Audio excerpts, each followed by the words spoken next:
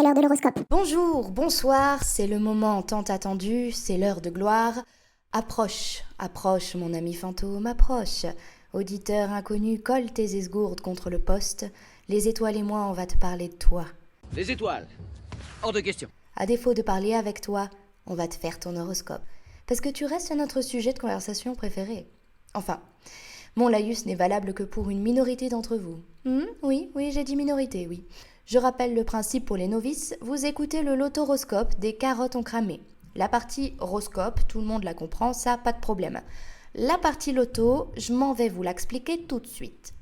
Je m'apprête à tirer au sort 3 signes astrologiques, à qui je m'adresserai ensuite de ma voix la plus suave pour leur délivrer le message stellaire. Les autres, à mes yeux, vous cesserez d'exister jusqu'au prochain tirage. Mais le côté ludique, parce qu'ici on est des oufs, c'est que vous pouvez tous essayer de deviner dans l'ordre les 3 signes du jour. Envoyez-nous vos paris par quelque moyen que ce soit et les gagnants auront l'honneur de recevoir un bouton de manchette ayant appartenu à Vauquier lui-même. Hein? Vous vous souvenez plus qui c'est Vauquier? Eh ben tant pis. En tout cas, le bouton de manchette est là, il est resplendissant, il n'attend que vous. Vous êtes prêts? Et c'est parti pour le tirage.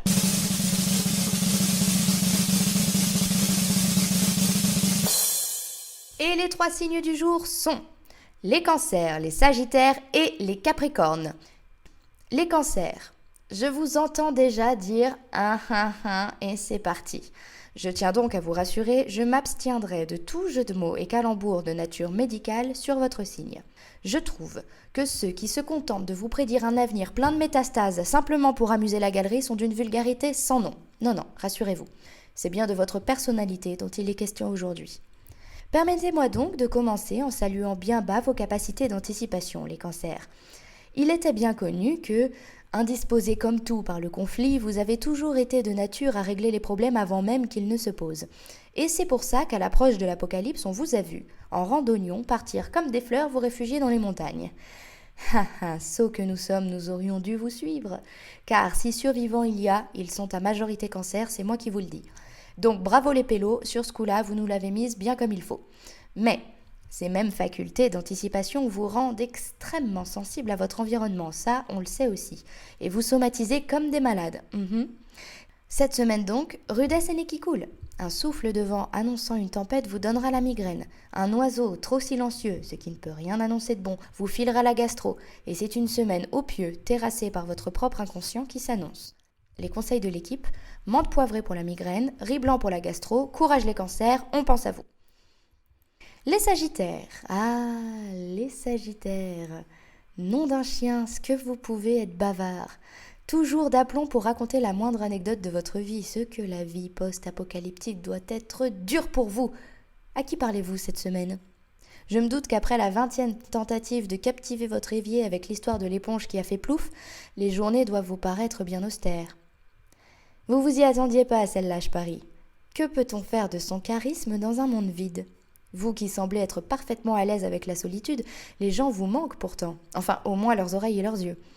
Pas de panique donc les sagittaires, les étoiles sont formelles. Une opportunité se dessine dans un futur proche. Et pour cause, vous qui aimez blablater et captiver votre auditoire avec des histoires sur les ongles de pied et les bienfaits des huiles d'olive, un poste d'animateur radio, ça vous dirait?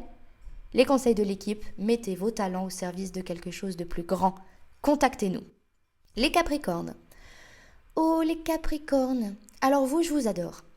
J'ai maintes fois milité d'ailleurs pour qu'on vous renomme les papillons. Sans succès, bien sûr.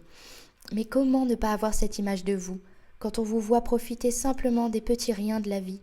Partir chercher du pain pourrait vous prendre la journée, les Capricornes, pourvu que la route soit ensoleillée, qu'une fleur inconnue vous apparaisse, que vous puissiez être attentive 1 seconde au chant des oiseaux. Écoutez, je trouve cela d'une poésie. Bon, bien sûr, on ne peut pas nier qu'avec ça, vous possédez un sens du devoir bien ancré, et force est de reconnaître qu'avec vous, on s'éclate pas non plus tous les jours. Non, mais c'est de vous regarder vivre qui est un plaisir. Cette semaine, aucun changement par exemple. La longue promenade que vous faites 2 fois par semaine, toujours suivant le même parcours, réserve son lot de nouveautés qui vous raviront. La contemplation de votre potager, qui commence carrément à avoir de la gueule, vous enchantera. Le journal intime que vous écrivez tous les soirs vous ramènera à de tendres souvenirs. Et la vie s'écoule ainsi, dure mais pleine d'attentions délicates. Les conseils de l'équipe? Profitez les Capricornes, profitez. Et voilà, chers auditeurs, les 3 signes du jour. On se retrouve très vite pour un nouveau Lotoroscope.